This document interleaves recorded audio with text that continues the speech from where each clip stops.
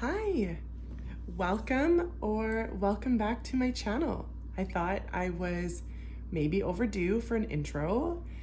Grab something cozy. It's not a super long video, but I wanted to share with you the process of lino cutting.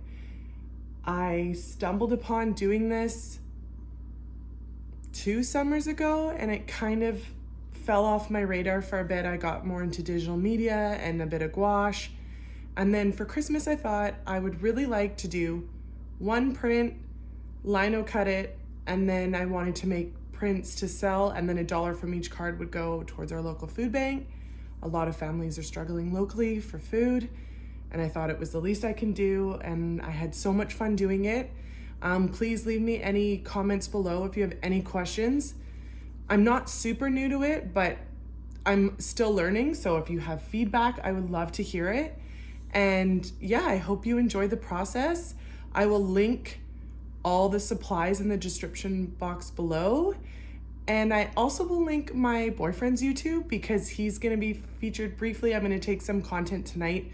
We're doing a winter market together and we're both selling stuff. And if you like fishing or you like woodworking or both, you should definitely check out his channel, Maine Angling.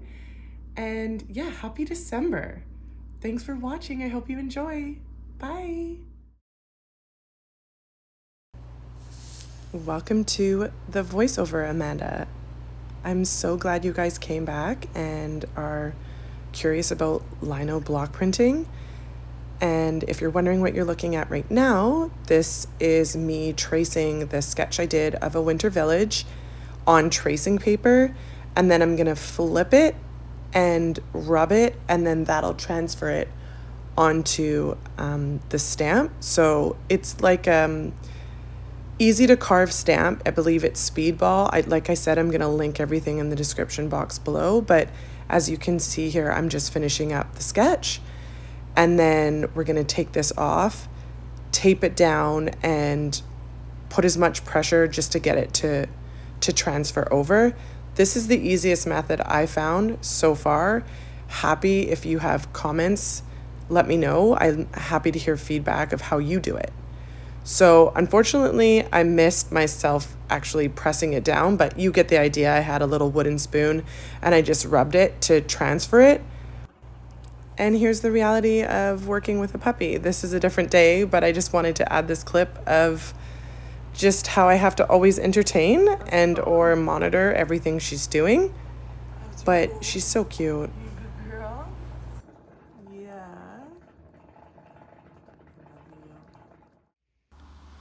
Okay, so here I'm showing you what I use to go over the pencil so you don't end up rubbing the pencil off with your hand. Don't use this pen, or else I didn't let it dry. Something happened, it ended up being messy. You could just use a Sharpie, that would work great. And then depending on how you want to do it, I'm cutting out so the outline is the negative space. It depends how you want the stamp to work, because I really wanted the card to be mostly blue. So yeah, just something I learned during this process was either let it dry properly before you start carving. It just, like I said, made a mess. So just after you've transferred it on with pencil, I would recommend going over it with a Sharpie. And another puppy break. Enjoy. Ouch!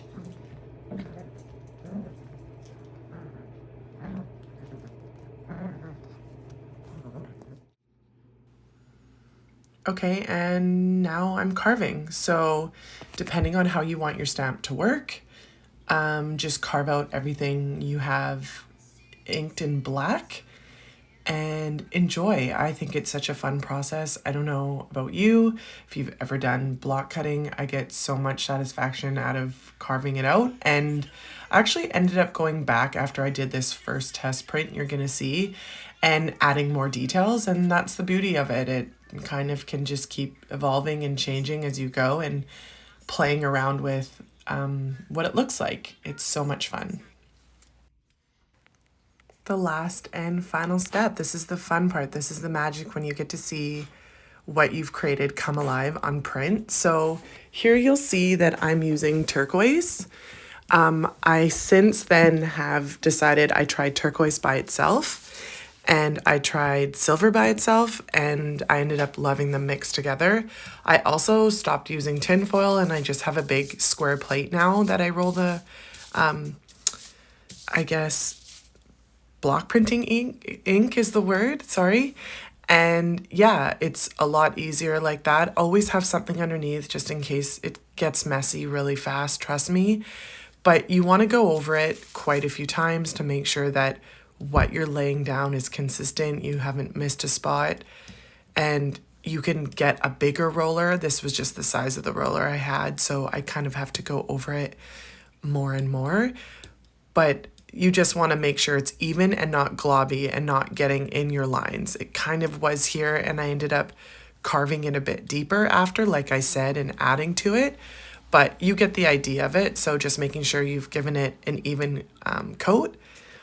And then my boyfriend has since glued a wooden back to this, so it's easier for me to stamp. It's a little bit tricky with just the rubber itself. But yeah, you just want to straighten it and kind of take it from both sides and lay it down, and then add as much pressure, even pressure as you can. Also changed and learned my technique on how to really press it down, and it was easier. It's easier now that it's glued to wood for sure. But yeah, just adding pressure, and then you can kind of peek on it as well to make sure you've got the corners, or oh, it's not touching that one spot, and you can kind of lift it from one side. I don't think I do here, but I definitely learned that as I went and I was trying to make, quantities of them.